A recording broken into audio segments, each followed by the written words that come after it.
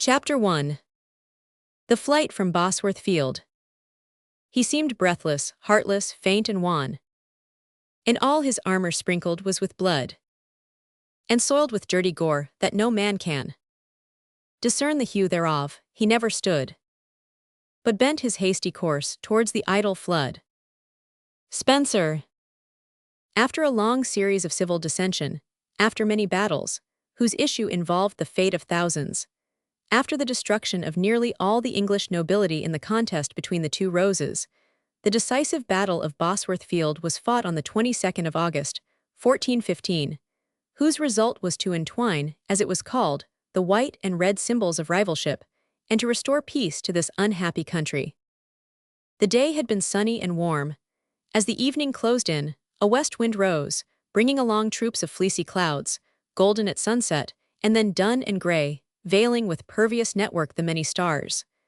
3 horsemen at this hour passed through the open country between Hinckley and Welford in Leicestershire. It was broad day when they descended from the elevation on which the former stands, and the villagers crowded to gaze upon the fugitives, and to guess, from the ensigns they bore, to which party they belonged, while the warders from the near castle hastened out to stop them, thus to curry favour with the conqueror, a design wholly baffled.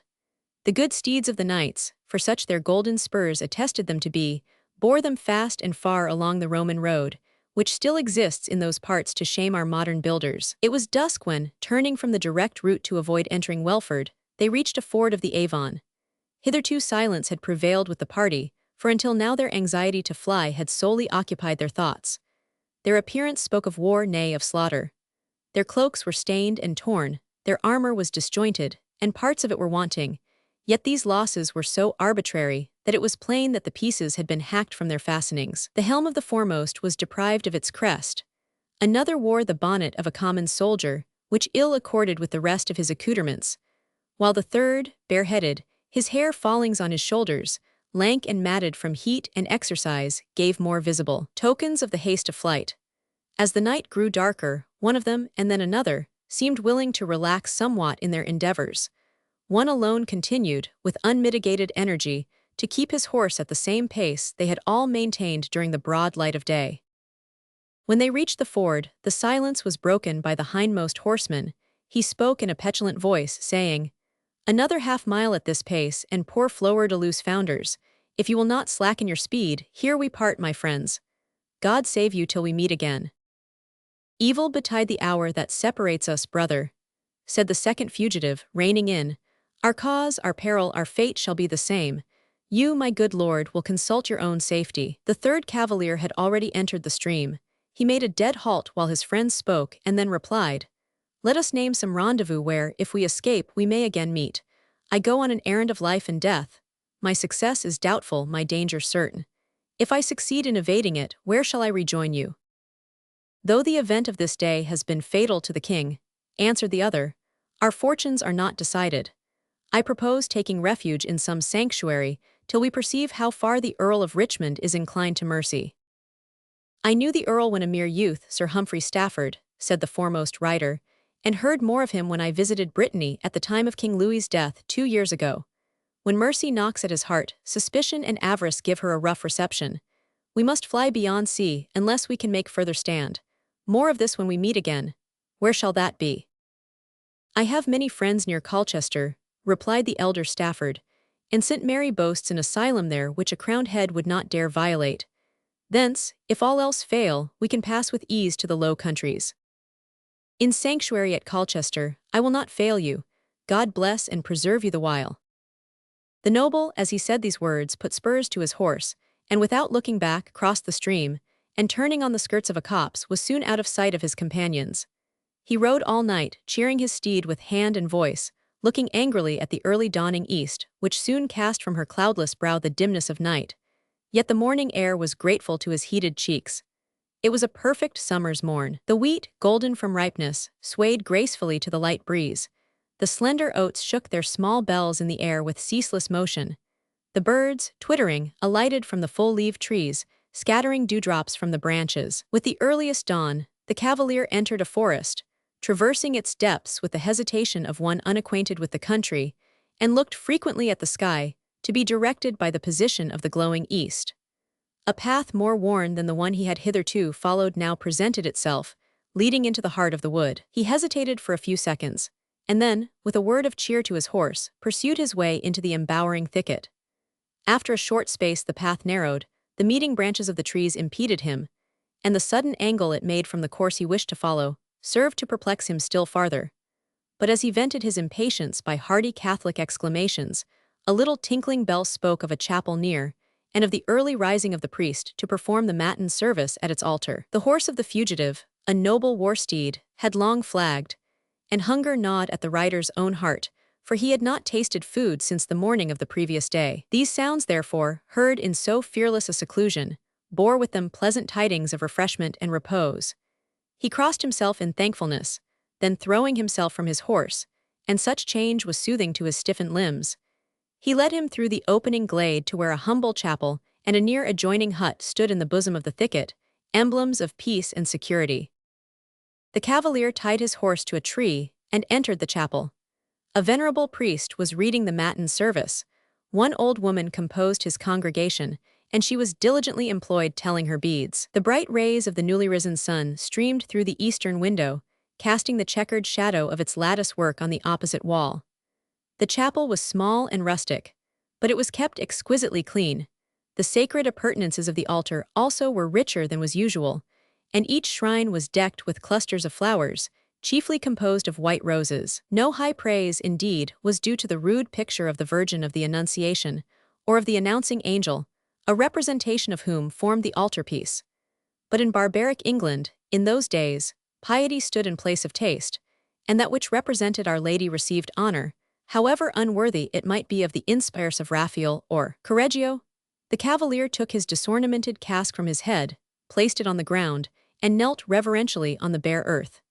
He had lately escaped from battle and slaughter, and he surely thought that he had a special motive for thanksgiving, so that if his lips uttered a mere soldier's Ave, still it had the merit of fervor and sincerity.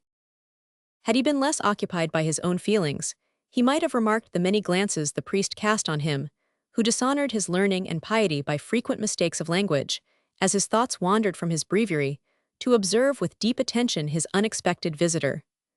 At length the service ended. The old dame rose from her knees, and satisfied her curiosity, which she had excited by many a look askance, by a full and long gaze on the cavalier. His hewn armor, torn cloak, and unseemly for the sacred spot, the dread stains on his garments and hands, were all minutely scanned. Nor did his personal appearance escape remark. His stature was tall, his person well knit, showing him to be a man of about 30 years of age. His features were finely molded, his gray eyes full of fire, his step had the dignity of rank, and his look expressed chivalrous courage and frankness.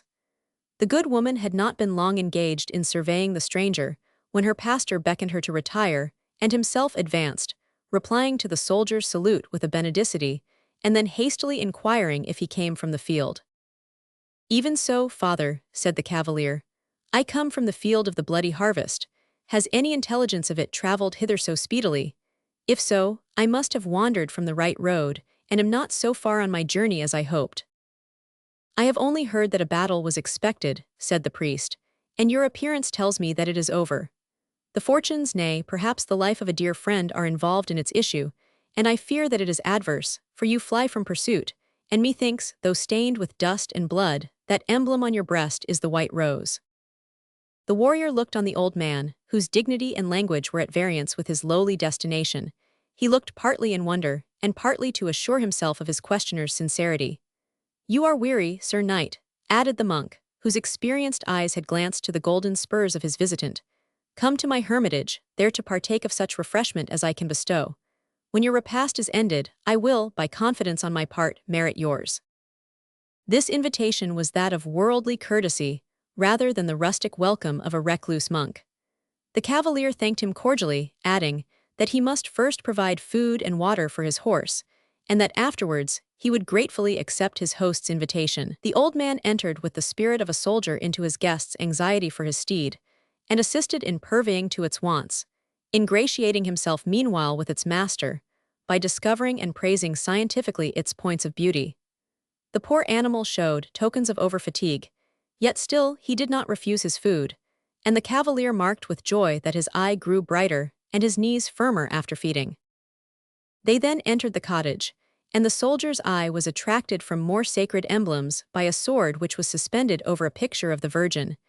"You belong to our chivalry," he exclaimed, while his countenance lighted up with joyful recognition. "Now I belong to the holy order whose badge I wear," the monk replied, pointing to his Benedictine dress. "In former days I followed a brave leader to the field, and in his service incurred such guilt as I now try to expiate by fasting and prayer."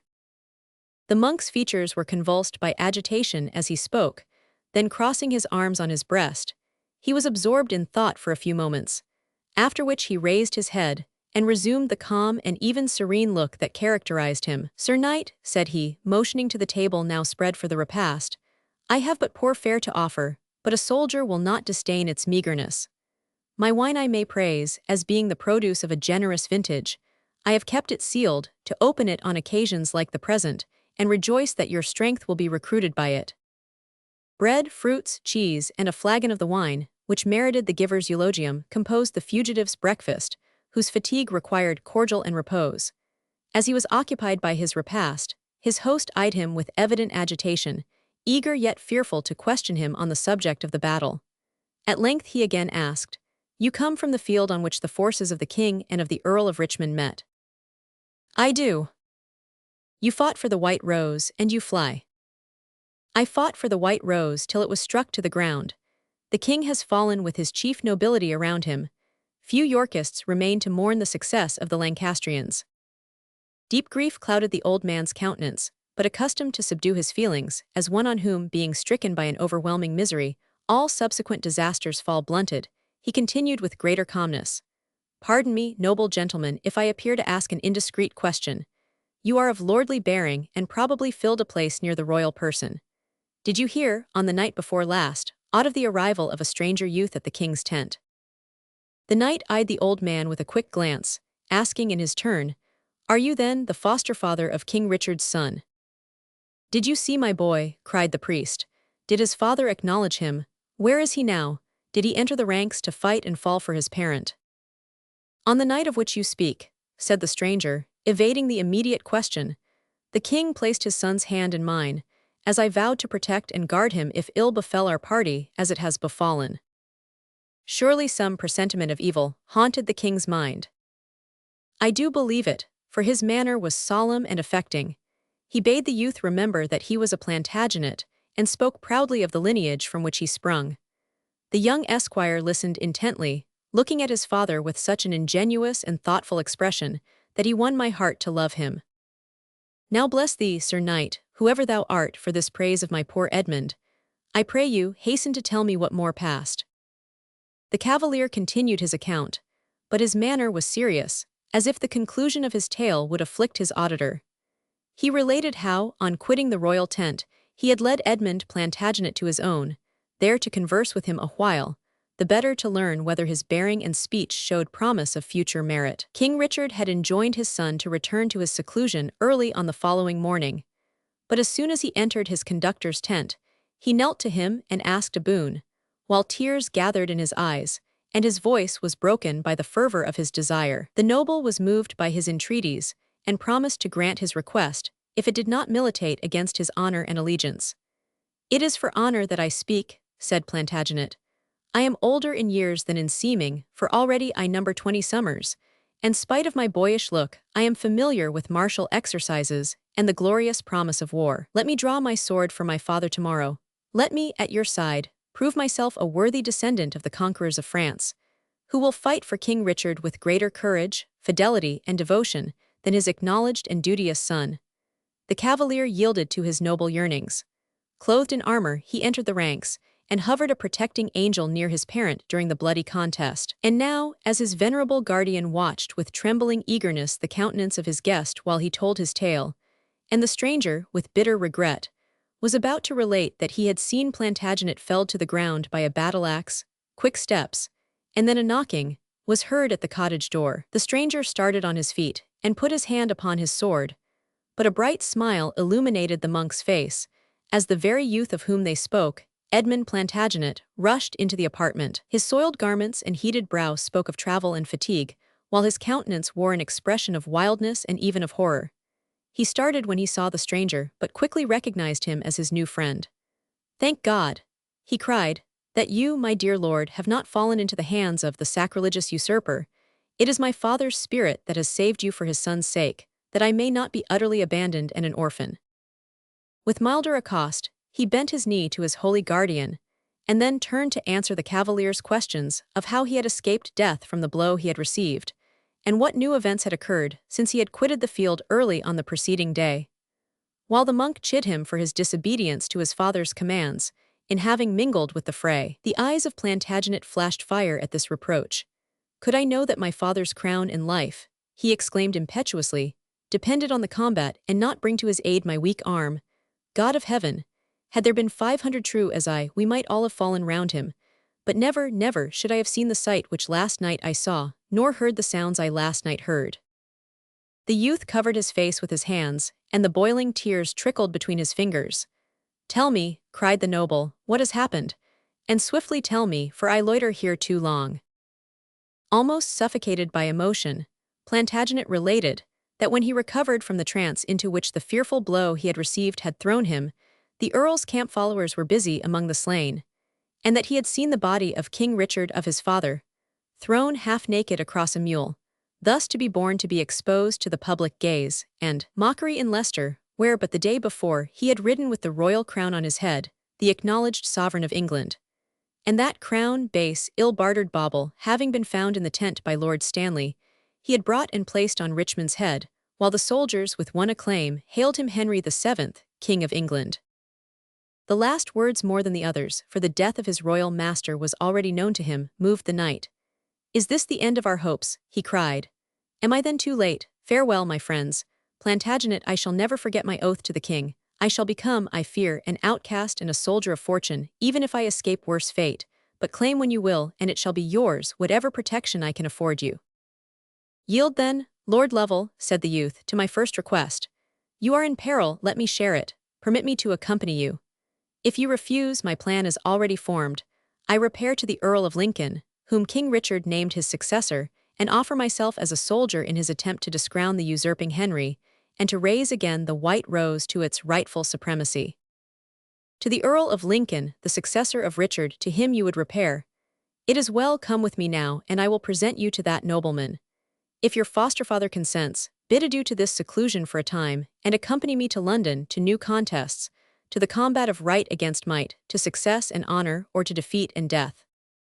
The sun had risen high when, having taken leave of the venerable monk, who would not oppose his pupil's gallant spirit of enterprise, Lord Lovell and young Plantagenet threaded the forest paths, which, by a safer and a shorter route than the highway, took them on their road to London. For a time they led their horses with difficulty through the entangled thicket, when at last reaching the open road, they mounted, and Lord Lovell, who was desirous of estimating the abilities and disposition of his companion, entered into conversation with him. They first conversed on the sad changes which were the work of the eventful day of battle. Afterwards the cavalier led Edmund to speak of himself, his early life, his acquirements, and his hopes. When Plantagenet was but 10 years old his mother died, and her last request to the father of her boy, founded on a deep knowledge of the world, was that her son might be educated far from the court, nor be drawn from the occupations and happier scenes of private life, to become a hanger-on of princes and nobles. There was a man, a gentleman and a knight, who had been a partisan of the White Rose, and who had fought and bled for it in various battles between the Duke of York and Henry VI. In one of these, the misery of the times, and horrible consequences of civil dissension, caused him unwittingly to lift his armed hand against his twin brother, nor did he discover the mistake, till, with his dying voice, that brother called on him to assist him against his slayer. A life of seclusion, penance, and prayer alone blunted his sense of remorse, and quitting the world, he retired to a monastery, where after due novitiate he took vows, and then shrinking from commerce with his kind, followed by visions that spoke for ever to him of his unnatural crime, he retreated to the forest of Leicestershire, to dwell alone with his grief and his repentance. His retreat was known to many of his friends, and chance had brought the Duke of Gloucester at one time to visit him, when the ancient warrior rejoiced with enthusiasm at the exaltation of the party to which he was attached. The death of the mother of Edmund had the effect of softening the duke's heart, of making for a short interval worldly cares and objects distasteful to him, and of filling him with a desire of seclusion and peace. If he was unable to enjoy these himself, he resolved that at least his child should not be drawn by him into the thorny path of rivalship and ambition. His mother's last injunctions strengthened this feeling, and the duke, visiting again the hermit of the wood, induced him to take charge of Edmund, and bringing him up in ignorance of his real parentage, to bestow such education on him as would enable him to fill with reputation an honorable, if not a distinguished station in society. This order of things was not changed by Richard's exaltation to the crown. On the contrary, the dangers he incurred from his usurpation made him yet more anxious to secure a peaceful existence for his offspring. When, however, his legitimate son, whom he had created Prince of Wales, died, paternal affection awoke strong in his heart, and he could not resist his desire of seeing Edmund. A memorable visit for the priest-bred nursling of the forest. It gave him a link with society, with which before he had felt no connection. His imagination and curiosity were highly excited. His revered friend, yielding to his eager demands, was easily enticed to recur to the past scenes of an eventful life. The commencement of the Wars of the Two Roses, and their dreadful results, furnished inexhaustible topics of discourse. Plantagenet listened with breathless interest, although it was not till the eve of the Battle of Bosworth that he knew how indissolubly his own fortunes were linked with those of the House of York. The events of the few last days had given him a new existence. For the first time, feeling was the parent of action, and a foregoing event drove him on to the one subsequent. He was excited to meditate on 1,000 schemes, while the unknown future inspired him with an awe that thrilled his young heart with mingled pain and pleasure. He uttered his sentiments with the ingenuousness of one who had never been accustomed to converse with any but a friend. And as he spoke, his dark and thoughtful eyes beamed with a tempered fire that showed him capable of deep enthusiasm, though utter want of knowledge of the world must make him rather a follower than a leader. They rode on meanwhile, the noble cavalier and gentle squire indulging in short repose. The intense fatigue Edmund at first endured seemed to be subdued by the necessity of its continuance, nor did it prevent him from conversing with Lord Lovell.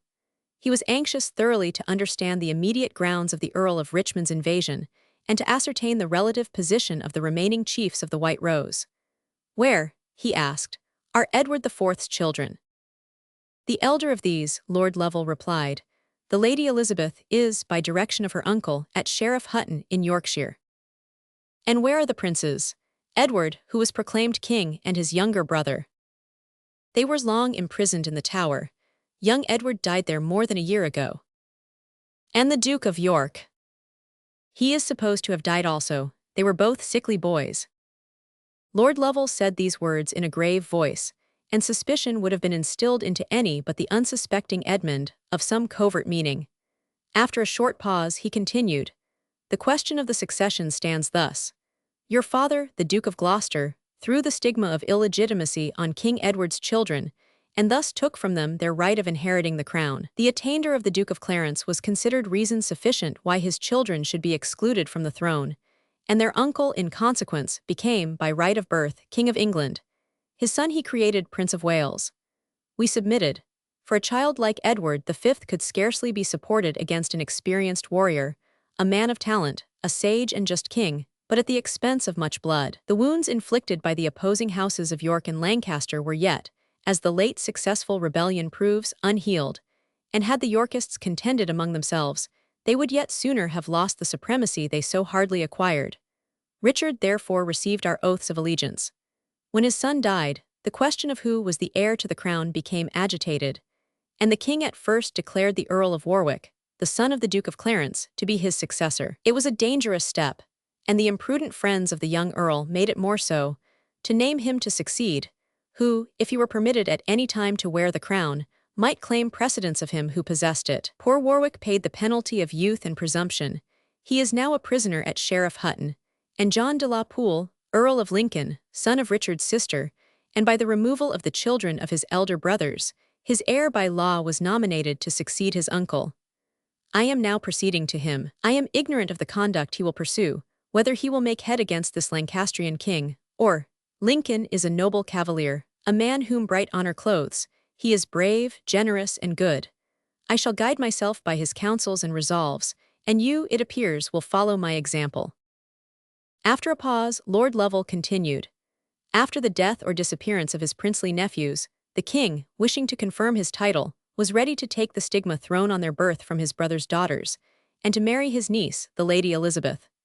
Her mother at first resisted, but the prospect of seeing her children restored to their rights, and herself to her lost dignity, overcame her objections, and the princess yielded a willing consent. Meanwhile, the Yorkists, who joined the Earl of Richmond, extorted from him a vow that he would make King Edward's daughter his queen, and even the Lancastrians, thinking thus to secure a king of their own, are eager for this union.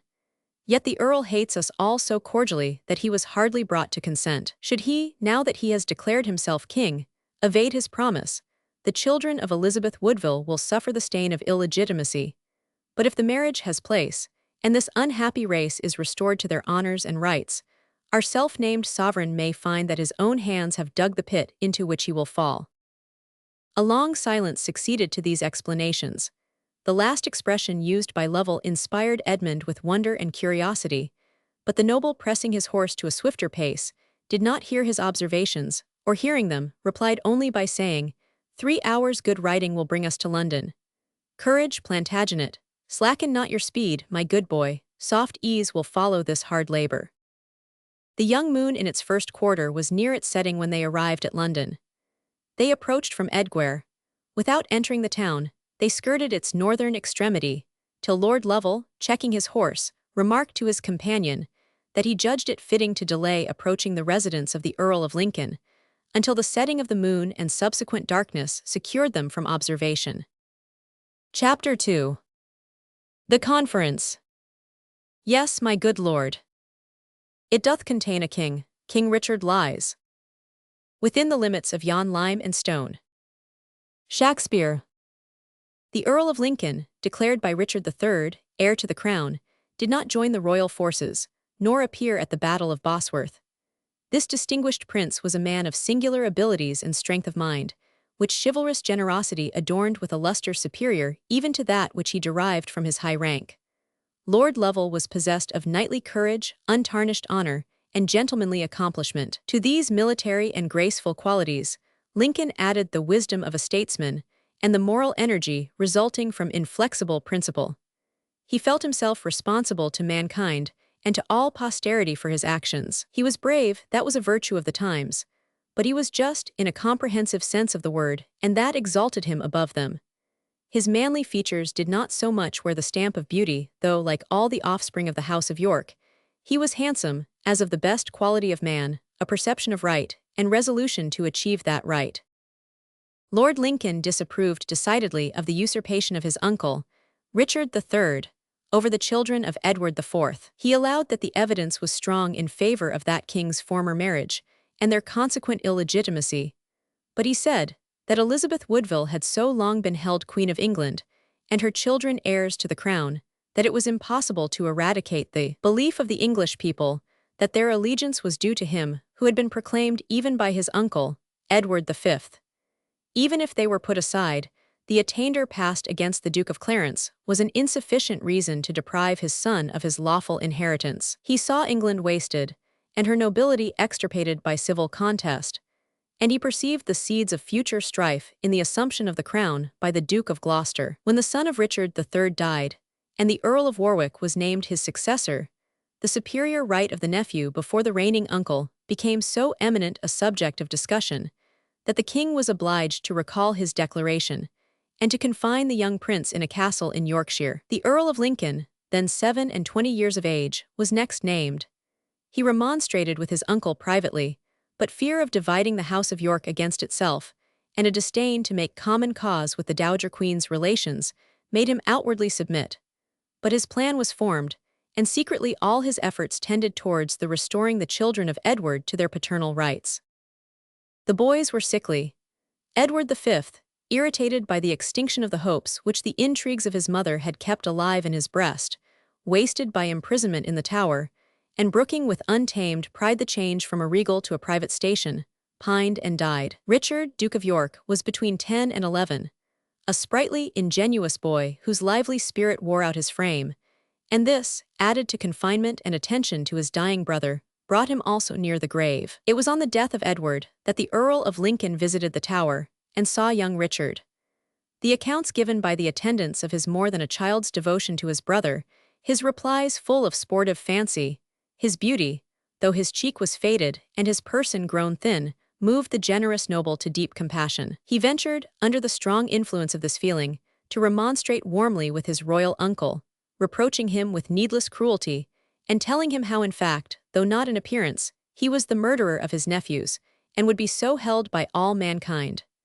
Richard's ambition was satisfied by the success of his measures to obtain the crown, but his fears were awake. The Duke of Buckingham was in arms against him. The Queen and her surviving relatives were perpetually employed in exciting discontents in the kingdom. Richard feared that if they obtained the person of his nephew, he would be turned into an engine for his overthrow, while to obtain possession of him was the constant aim of their endeavors. He earnestly desired to reconcile himself to the Queen, and to draw her from the sanctuary in which she had immured herself. She refused all his offers, unless her son was first placed in her hands. His head, ripe with state plots, now conceived a scheme. He consented that Lincoln should take the Duke of York under his charge if he would first engage to keep his removal from the Tower, and even his existence, a secret from his enemies. Lincoln made the required promise. The young prince was conveyed to a country seat belonging to the Earl, and Richard, in furtherance of his plan, caused a rumor to go abroad that he also was dead. No one knew with whom this report originated. When, to assure themselves, various nobles visited the Tower, the boy was no longer there. The Queen gave credit to the tale. At this moment, Richard set on foot a negotiation of marriage with the eldest daughter of Edward IV, the Lady Elizabeth. The partisans of the Earl of Richmond sought to ensure the success of his enterprise by the same means, and while little Richard grew in health and happiness in his country retreat, his own nearest and most attached relatives were giving away his inheritance. His uncle unwittingly laid the foundation stone of the reputation of cruelty and murder ever after affixed to him, and his mother, endeavoring to exalt her daughter, and to restore herself to her lost station in the kingdom, sealed the fatal decree that first deprived her son of his rights, and afterwards of his life. On the evening that Lord Lovell and Edmund Plantagenet entered London, the Earl of Lincoln remained waiting intelligence from the field, in a palace he inhabited not far from Tottenham Court, a secluded habitation, surrounded by a garden and a high wall. This was an irksome situation for a warrior, but though his uncle loved, he distrusted him. His projected marriage with the Lady Elizabeth would probably cause him again to be father of an heir to the crown, and knowing that Lincoln possessed, in the young Duke of York, a dangerous rival, he refused to allow him to take up arms against Richmond. Lord Lincoln was alone, pacing his large and vaulted hall in deep and anxious meditation. He who with conscience for his rule takes, or endeavors to take, the reins of fate into his own hands, must experience frequent misgivings, and often feel that he wheels near the edge of a giddy precipice, down which the tameless steeds he strives to govern may, in an instant, hurl him and all dependent upon his guidance. The simple feeling of compassion, arising from the seeing childhood lose its buoyancy in undue confinement, had first led the princely noble to take charge of his young cousin. Afterwards, when he beheld the boy grow in health and years, developing the while extraordinary quickness of intellect and a sweet, ingenuous disposition, he began to reflect on the station he held, his rights and his injuries, and then the design was originated on which he was now called to act. If Richard gained the day, all would stand as before. Should he be defeated, and that second sense, that feeling of coming events, which is one of the commonest, though the least acknowledged of the secret laws of our nature, whispered the yet unrevealed truth to him, who then would assume England's diadem, and how could he secure it for its rightful owner, the only surviving son of Edward IV? All these reflections coursed themselves through his brain, while, with the zeal of a partisan, and the fervor of one wedded to the justice of his cause, he revolved every probable change of time and fortune. At this moment a courier was announced. He brought tidings from the field. As is usual on the eve of a great event, they were dubious and contradictory. The armies faced each other, and the battle was impending. The doubts entertained on both sides, as to the part that Lord Stanley would take, gave still a greater uncertainty to the anticipations of each. Soon after the arrival of this man, the loud ringing at the outer gate was renewed, and the trampling of horses, as they entered the court, announced a more numerous company. There was something in the movements of his domestics that intimated to the earl that his visitor was of superior rank. Could it be the king who had fled, conquered, and a fugitive? Could such terms be applied to the high-hearted Richard? The doors of the hall were thrown open, and the question answered by the entrance of his visitant. It was a woman, and her name, Lady Brampton, in a tone of wonder, burst from the noble's lips. "Even I, my good lord," said the lady. "Allow me your private ear, I bring intelligence from Leicestershire." "All is lost," she continued, when the closing of the door assured her of privacy. "All is lost and all is gained, Richard is slain. My emissaries brought swift intelligence of this event to me at Northampton, and I have hastened with it hither, that without loss of time you may act." There was a quickness and a decision in the lady's manner that checked rather than encouraged her auditor. She continued, "Vesper hour has long passed, it matters not, London yet is ours. Command instantly that Richard IV be proclaimed King of England." Lord Lincoln started at these words. The death of his uncle and benefactor could not be received by him like the loss of a move at chess, a piece lost, that required the bringing up of other pieces to support a weak place. "The king is slain," were words that rang in his ears, drowning every other that the lady uttered with rapidity and agitation. "We will speak of that anon," he replied, and going to the high window of his hall, he threw it open, as if the air oppressed him. The wind sighed in melancholy murmurs among the branches of the elms and limes in the garden. The stars were bright, and the setting moon was leaving the earth to their dim illumination. Yesternight, thought Lincoln, he was among us, a part of our conversation, our acts, our lives. Now his glazed eyes behold not these stars. The past is his, with the present and the future he has no participation. Lady Brampton's impatience did not permit the Earl long to indulge in that commune with nature, which we eagerly seek when grief and death throws us back on the weakness of our human state, and we feel that we ourselves, our best-laid projects and loftiest hopes, are but the playthings of destiny. "Wherefore," cried the lady, "does de la Pole linger? Does he hesitate to do his cousin justice?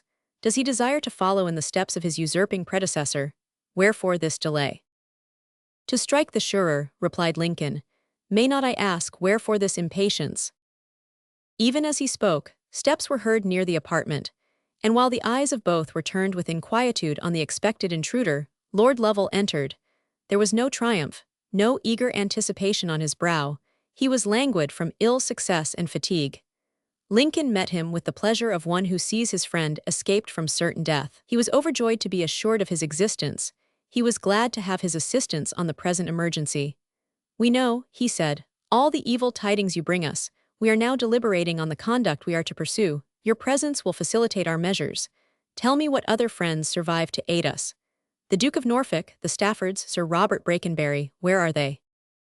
Lovell had seen the Duke fall, the Staffords had accompanied his flight. Uncertainty still hung over the fate of many others. This detail of the death of many of their common friends subdued the impetuosity of the lady, till an account of how Richard himself had fought and been slain recalled her to their former topic of discussion. And again, she said, "It is strange that you do not perceive the dangers of delay. Why is not the king proclaimed?" "Do you not know," asked Lord Lovell, "that the king is proclaimed?" Lady Brampton clasped her hands, exclaiming, "Then Richard IV will wear his father's crown." "Henry VII," said Lovell, "possesses and wears the English crown." Lord Stanley placed the diadem on the head of the Earl of Richmond, and his soldiers, with one acclaim, acknowledged him as their sovereign. "This is mere trifling," said the lady. "The base-born offspring Lancaster may dare aspire so high, but one act of ours dethrones him. The Yorkists are numerous and will defend their king. London is yet ours." "Yes," replied Lincoln, "it is in our power to deluge the streets of London with blood, to bring massacre among its citizens and worse disaster on its wives and maidens. I would not buy an eternal crown for myself. I will not strive to place that of England on my kinsman's head at this cost. We have had overmuch of war. I have seen too many of the noble, young, and gallant fall by the sword.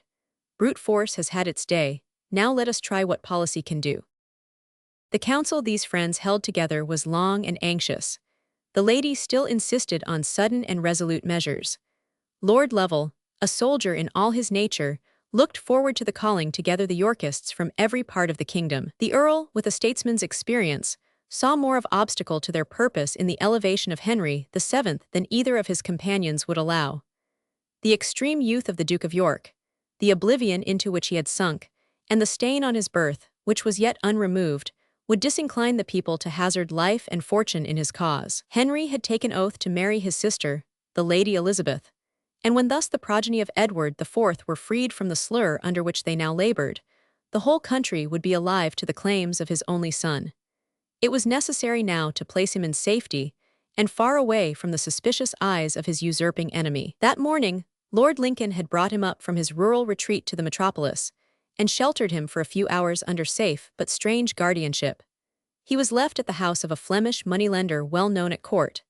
It was agreed that Lord Lovell should take him thence, and make him the companion of his journey to Colchester, where they should remain watching the turn of events, and secretly preparing the insurrection which would place him on the throne. Lady Brampton was obliged to proceed immediately northwards to join her husband.